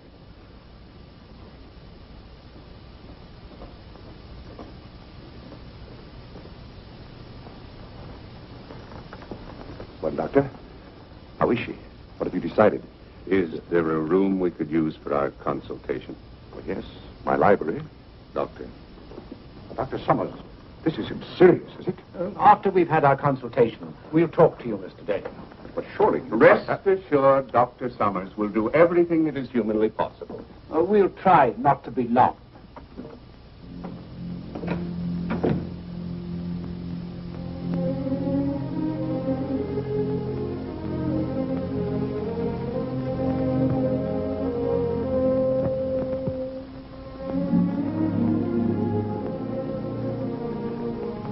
Tell me, this Dr. Summers, he's very highly thought of, isn't he? Oh, yes. Lavinia is seriously... If anyone could help her, he could. Don't you think? Very fine physician. But there is a greater help, ever present in the hour of need. Let us turn to him in prayer.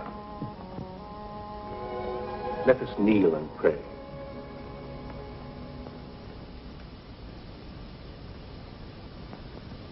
Let us kneel and pray.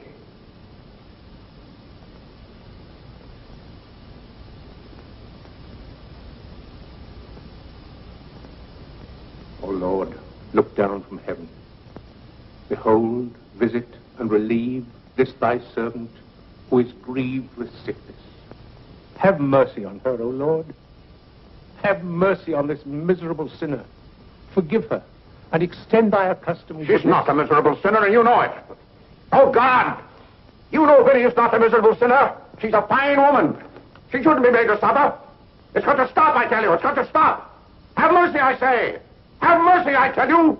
What's the matter, Claire? What's wrong? Vinny. Vinny, what are you doing down here? You shouldn't be out of bed. You get right back upstairs. I heard you call. Do you need me? Vinny, I know now how much I need you. Get well, Vinny. I'll be baptized. I promise. I'll be baptized. You will? I'll do anything. Oh, Claire. We'll go to Europe, just we two.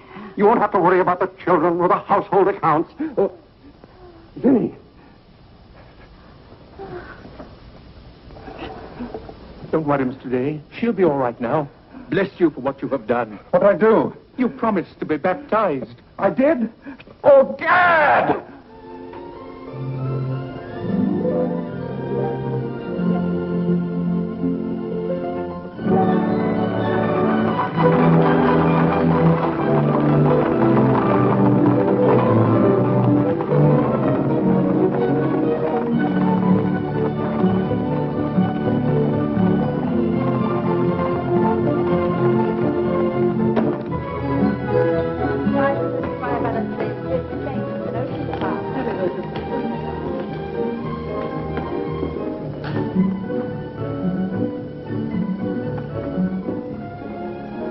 Isn't it drafty here, Mother? Shall I get your coat, Mother? The No, doctor said thank you. mustn't take cold. I'm quite comfortable, thank you. Come on now, let's stay together. Holland, don't you get lost again. Aren't the hats lovely this year? Ostrich feathers. You wouldn't wear that hat, would you, Mother? I think that's very pretty. I think they're all pretty. Oh, I do need some pink silk thread. Oh, isn't this applique beautiful? Just arrived from Paris, madam. It's charming. What are you looking for, Mother? Oh, I'm just shopping. I think I'll just take a plain one, but this is the very latest. We've only had them in a few days. Remember, Mother, this is your first day out. You mustn't get too tired. No, I'm saving myself, dear. I have to. Cousin Cora's coming tomorrow. She is? Does Father know about it? Not yet. Is Mary coming too? Yes, dear. Holland, don't touch things. I'll bet you knew it. No, honest, I Just didn't. like Father. Not tomorrow. This is the Aren't the sleeves a little long? Exactly Fits well like across the yours. shoulders. Come on now, Holland. Now about Take my the hand. sleeves. Don't get lost again. Do we have any more of this material? Yes, we do. Sure, Thank that's you. what I do to touch things. This one is genuine imitation Dresden. The original design by Duryea. John, isn't this the darlingest thing? It's exactly what I've always wanted. How much is this lovely pug dog? $15, ma'am. $15? Gee whiz, Mother. We can buy a real-life bloodhound for $5. Oh, isn't he perfectly adorable?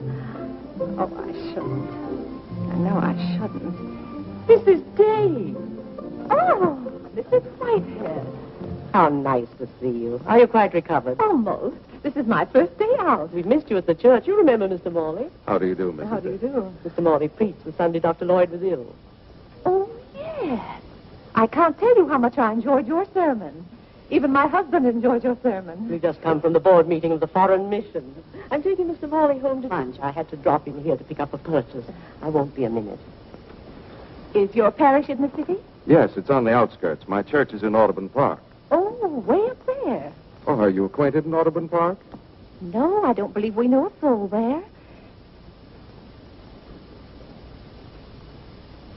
Mr. Morley, would this be possible? My husband, Mr. Day. If we lower the collar, it'll be a very fine fit. You won't find a better suit of clothes in the city for $15. Oh, it's not the price. It's the money. Thank you for holding it for me. Welcome. Goodbye, Mrs. Day. I hope we meet again soon. Goodbye. It was very pleasant meeting you again. I think it was divine providence. I shall be delighted to be of service. Goodbye, Mr. Morley. Goodbye. May I work it? Oh, no, it's against the rules.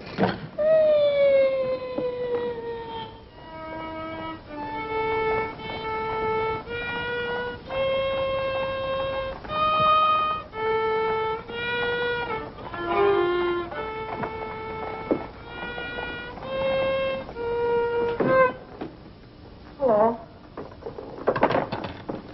What did you bring home more medicine for? Dr. Bartlett paid us off, didn't he? Oh, yes. Oh, Jiminy, you scared me. I've got to take $15 right down to McCreary's. I bought a suit there this morning, and I said I'd have the money this afternoon. Gee, that's too bad. What's too bad? Well, you see, Clarence, What? Dr. Bartlett paid us off in medicine. Oh, God! Well, he thanked us, too, for our services to mankind. But my suit, I've got to have it tomorrow. And besides, they're making the alterations. I've got to have $15. Maybe you could offer them 15 bottles of medicine. Oh, they wouldn't take it. McCreary's don't sell medicine. Father. Vinny, I'm home. Good afternoon, sir. How's your mother, Clarence? Oh, the ride this morning did her a lot of good. She'll be well enough to go to church with us next Sunday. Ah, fine. Father, have you noticed I haven't been kneeling down in church lately? Don't let your mother catch you at it. Then I have to have a new suit of clothes right away. That doesn't make sense. But I can't do anything in your clothes that you wouldn't do. Well, if my old clothes make you behave yourself, I don't think you want to wear anything else. Oh, no, you're you and I'm me. I want to be myself. I mean, suppose I should want to kneel down in front of a girl. Why, in heaven's name, should you want to do a thing like that? Well, I've got to propose to a girl sometime. Clarence. Well, not right away, but for $15 I can get a good suit of clothes. Clarence, you're beginning to talk as crazy as you... Hello, Vinny. You're feeling better today, huh? Much better, thank you, Claire. You don't have to hurry home from the office every day like this. With business the way it is, there's no use going to the office at all. Yes, you do look better, Vinny. What did you do today? Well, I got a carriage and took the boys for a ride, and we stopped in at McCreary. And, oh, Claire, I've the most wonderful news for you. Who do you think I met? Mr. Morley. Morley? Never heard of him. Remember that nice young minister who substituted for Dr. Lloyd one Sunday? Oh, yes. Bright young fellow. Preached a good, sensible sermon. Short one, too. Ought to be more ministers like him. Well, Claire, his parish is in Audubon Park. You know, way up above Harlem. Nobody knows you up there. You'll be perfectly safe. Safe? Vinny, what the devil are you talking about? I've gone all over everything with Mr. Morley, and he's agreed to baptize you. Oh, he has. The young whippersnapper. Very nice of him. We can go up there any morning. We don't even have to make an appointment. Who said I was going to be baptized at all? Why, Claire, you did. Now, Vinny. You gave me your promise, your sacred promise. You said I'll be baptized. I promise I'll be baptized. Well, what if I did? Claire, aren't you a man of your word? Vinny, we all thought you were dying. So naturally I said that to cheer you up. As a matter of fact, the doctor told me that's what cured you. Well, it seems to me pretty ungrateful of you to press this matter any further. My being well has nothing to do with it. You gave me your word. You gave the Lord your word. And you're going to march yourself up to Mr. Morley's church some morning before you go to the office and be christened. If you think for 1 minute... What in the name of heaven is that? If you think I'm going to let you add the sin of breaking your solemn and sacred promise... I demand to know what that repulsive object is. It's perfectly plain what it is. It's a pug dog. What is it doing in this house? I wanted it, and I bought it. You spent good money for that? Claire, don't try to change the subject. How much did you pay for that atrocity? I didn't pay anything for it. I charged it. Charged it, I might have known. How much was it? $15. $15? Claire. For that eyesore? Don't you call it lovely work of art an eyesore? It will look beautiful sitting on a red cushion by the fireplace in the living room. If that sits in the living room, I won't. Furthermore, I don't even want it in the same house with me. Get it out of here. Claire, you're not going to get out of this room until you set a date for your baptism. I'll tell you one thing. I'll never be baptized as long as that hideous monstrosity is in this house. All right. All right. Clarence. That pug dog goes back this afternoon, and he's christened first thing in the morning. You heard him, didn't you, Clarence? You heard him say that he'd be baptized as soon as I got this pug dog out of the house. You hurry right back to McCreary's with it, and be sure they credit us with $15. Oh, Mother, while we were at McCreary's, I happened to see a suit I'd like very much, and the suit was only $15. Well, Clarence, I'm afraid your suit will have to wait until after I get your father christened. Well, no, I meant that since the suit cost just the same as the pug dog, if I exchange the pug dog for the suit... Why, yes. Then the suit wouldn't cost your father anything. Why, how bright of you, Clarence, to think of that. I'd better start right away before McCreary's closes. Yes. Now, let's see. If we're going to take your father all the way to Audubon Park... Clarence, on your way back, you stop at the livery stable and tell them to have a cab here at 8 o'clock tomorrow morning. Mother, a cab? Do you think you ought to? We can't walk all the way to Audubon Park. But you know what a cab does to Father. This is a very important occasion. All right. Get one of their desk cabs, the kind they use at funerals. Well, those cost $2 an hour, and if Father gets mad... Well, if your father starts to argue in the morning, you remember. Oh, he agreed to it. We both heard him.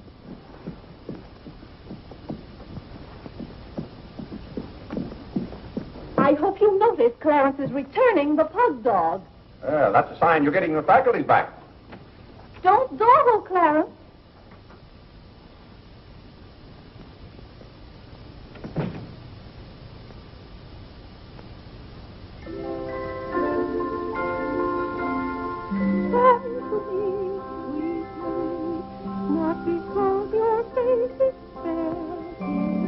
Vinny, it's good to hear you singing again. But your smile so pure and sweet makes my happiness complete. Makes me falter at your feet, sweet Marie. Oh, on the way uptown, I stopped in at Tiffany's and bought you a little something. Thought you might like it. Claire, what a beautiful ring. I'm glad it pleased you. Oh, Claire, how sweet of you. I don't know how to thank you.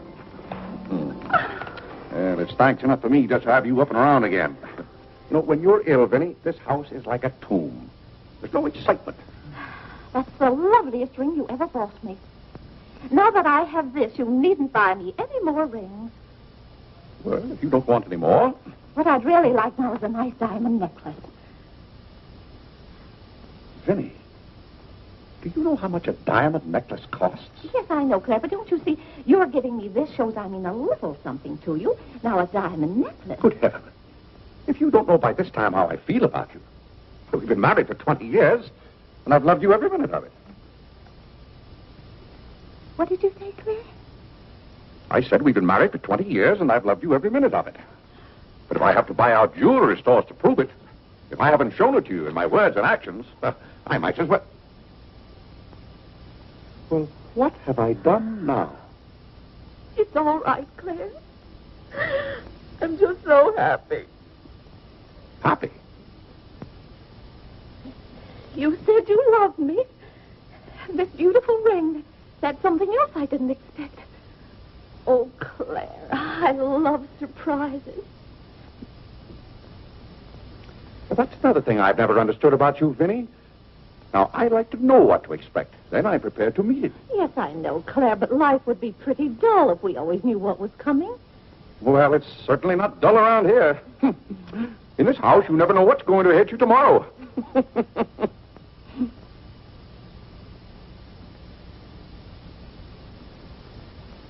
Every daisy in the dell knows my secret, knows it well, and yet I dare not tell thee, sweet Marie,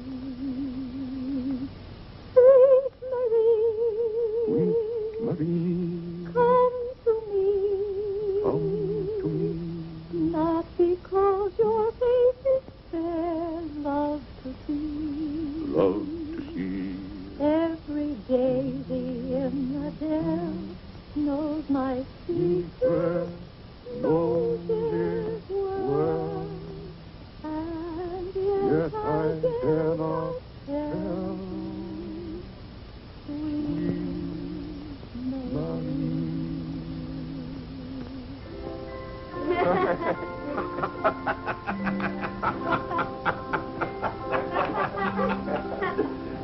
Well, then, Harlan, the very... Who are you? What's your name? Margaret, sir. Can't be Margaret. We've got one Margaret in the house. At home they call me Maggie, sir. All right, Maggie.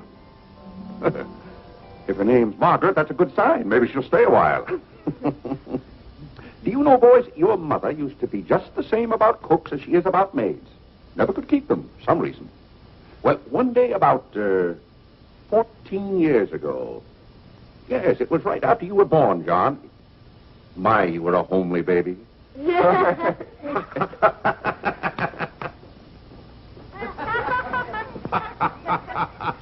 you, Margaret. Good morning, boys. Good morning. Good morning, Mother. Good morning, Claire. Morning, Vinny. Why, you look as though you were dressed for a wedding. Do I, dear? Yes. Have a good night? Yes, thank you, Claire. Sit down, Vinny. Sit down, boys. Oh, thank you, Clarence. Well, seems to me everyone's all dressed up this morning. What's on the program for this fine day? Well, this afternoon, May Lewis's mother is giving a party for everyone in May's dancing class. Harlan's going to that. I don't want to go, Mama. Harlan, don't you want to go to a party and get ice cream and cake? May Lewis always tries to kiss me. When you get a little older, you won't object to girls wanting to kiss you. Will he, Clarence?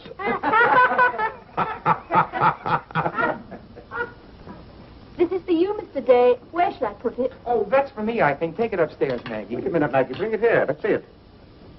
See, it's for me, Father, Clarence Day, Jr. Let me look. Well, that's from McCreary's. It's marked charge. What is it? Claire, it's all right. It's nothing for you to worry about. Well, at least I think I should know what's being charged to me. What is it? Claire, stop your fussing. It's a new suit of clothes for Clarence, and it isn't costing you a penny. It's marked charge $15. It's costing me $15. And I told Clarence... Claire, can't you take my word? It isn't costing you a penny. I'd like to have you explain why it isn't.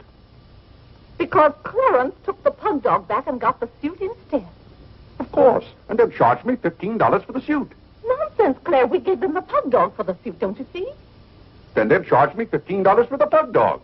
But, Claire, they can't. We haven't got the pug dog. We sent that back. Well...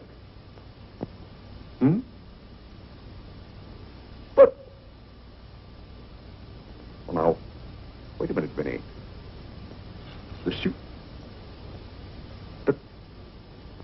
Well, there's something wrong with your reasoning.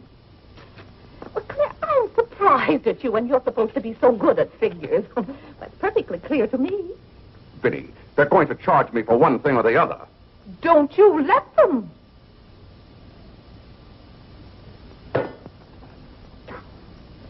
Well, McCreary's aren't giving away suits and they aren't giving away pug dogs.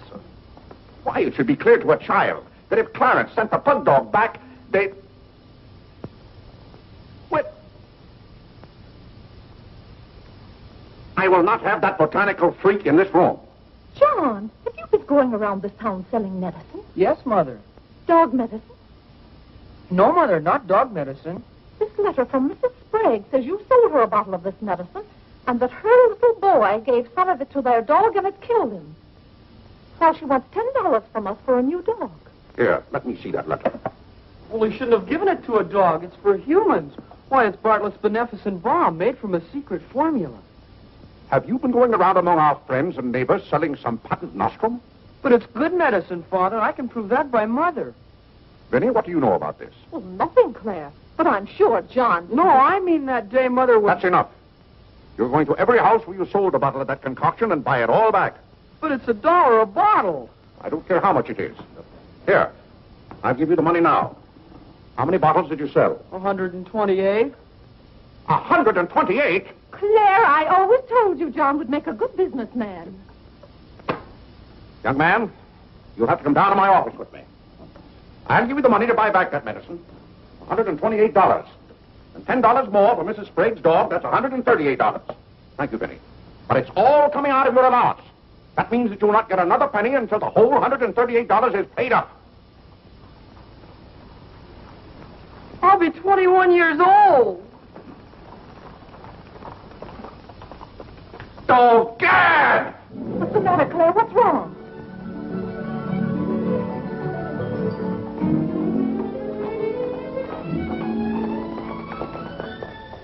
Those gypsies are back. Don't anyone answer the door. They're moving in on us again, bag and baggage. I won't have it, I tell you. I won't have it. Now, Claire. Don't let them in. Claire, hush up. They'll hear you. Tell them to get back in that cab and drive right on to Ohio. As if we could turn our own relatives away. But they're extravagant enough to take cabs when horse cars are right by our door. And now you be quiet and behave yourself. John, come help with the baggage. Why do they always have to pounce on us without any warning? Cora, Mary. Well, it's so good to have you back again. How are you, Vinny? We've been so worried about you. I'm fine now. Did you have fun in Springfield? What? John! My, you're still growing. Thank you, Cousin. John, go get the baggage. There's a sweat. How are you, darling? Fine, thank you. And little Harlow. Have you been a good boy? No. Claire, the girls are here. Cousin Claire, here we are again.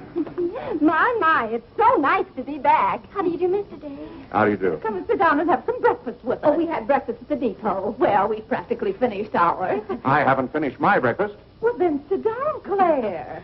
Come and have a cup of coffee anyway. Oh, Mary, thank you, sit over Vinny. there. Cora, Maggie, clear those places. My, this seems so natural. Claire, don't let your kippers get cold. Maggie, serve some coffee. Yes. Oh, where's Clarence? He must be upstairs moving his things so you can have his room again. Oh, Vinny, we can't stay overnight. Grandpa Edison's been sailing very fast, and that's why I have to hurry back. We're leaving on the 5 o'clock train this afternoon. Well, Cora, it certainly is good to see you again.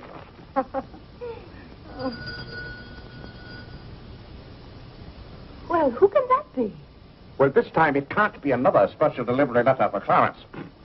While you were in Springfield, our postman was kept pretty busy. It's the cab, ma'am. Cab? What cab? The cab that's to take us to Audubon Park. Oh, who's going to Audubon Park? We all are. Cora, the most wonderful thing has happened. Claire is going to be baptized this morning. Vinny, what are you saying? I'm saying you're going to be baptized this morning. I am not going to be baptized this morning or any other morning. You promised yesterday that as soon as I sent that pug dog back, you'd be baptized. I never said anything remotely like that. Clarence was right there and heard you. That's why I ordered the cab. The cab. Vinny, you send that right back. I'll do nothing of the kind. I'm going to see that you go to heaven. I can't go to heaven in a cab. Oh. Well, you can start in a cab. I'm not sure they'll ever let you into heaven, but I know they won't unless you're baptized. They can't keep me out of heaven on a technicality. Claire, stop quibbling. You may as well face it. You've got to make your peace with God. Until you stirred him up, I had no trouble with God. Harlan, Whitney, come get your Sunday hat. Clarence, John. Yes, Mother? Hurry, we're ready to go. Oh, my prayer book. Harlan, come let me fix your tie. Benny, are you mad? Was it your plan that my own children should witness this indignity? Why, Claire, they'll be proud of you. I suppose Harlan is to be my godfather. Vinny, I won't go through with this thing. That's final. Claire, dear, if you feel that way about it. I do. But we won't take the children with us. I'm not talking about the children. I'm ready, Mother. Oh, John. Vinny, I haven't time for anything like that this morning. I've got to take John down to my office with me and give him the money to buy back that dog medicine. But it wasn't dog medicine, sir. Young man, we're starting downtown this minute. You will do no such thing. You gave me your sacred promise that day I almost died. Yes, and she would have died if we hadn't given her some of that medicine. That proves it's good medicine. You gave your mother some of that dog medicine? John, you didn't. Yes, we did, Mother. We put some in your tea that morning. Oh, John. Do you realize you might have killed your mother? You did kill Mrs. Sprague's dog. John, I'll have to give considerable thought as to how you're to be punished for this. But Claire... No, Vinny. When I think of that day, why, we might have lost you. You're all right now, thank heaven. But what I went through that afternoon, the way I felt, I'll never forget it. You've forgotten it already. What do you mean? That was the day you gave me your sacred promise. Yes, but I wouldn't have given you my promise if I hadn't thought you were dying, and you wouldn't have almost died if John hadn't given you that dog medicine. Don't you see? Well, the whole thing is illegal. Suppose I had died. It wouldn't make any difference to you. You don't care whether we meet in heaven or not. You don't care whether you ever see me and the children again. Now, Vinny, you're not being fair to me. It's all right, Claire. If you don't love us enough, there's nothing we can do about it. But that has nothing to do with it. I love my family as much as any man. All my life I struggled and worked just to... Yeah, there's that cab. Vinny, you're not well enough to go all the way to Audubon. Oh, I'm well enough if we ride. But that trip would take all morning. And those cabs cost $1 an hour. This is one of their best cabs. This costs $2 an hour. Well, then why aren't you ready? Get your hat on. Oh, tarnation! Hallelujah! Amen! Young lady, if it hadn't been for you, no one would have known whether I was baptized or not.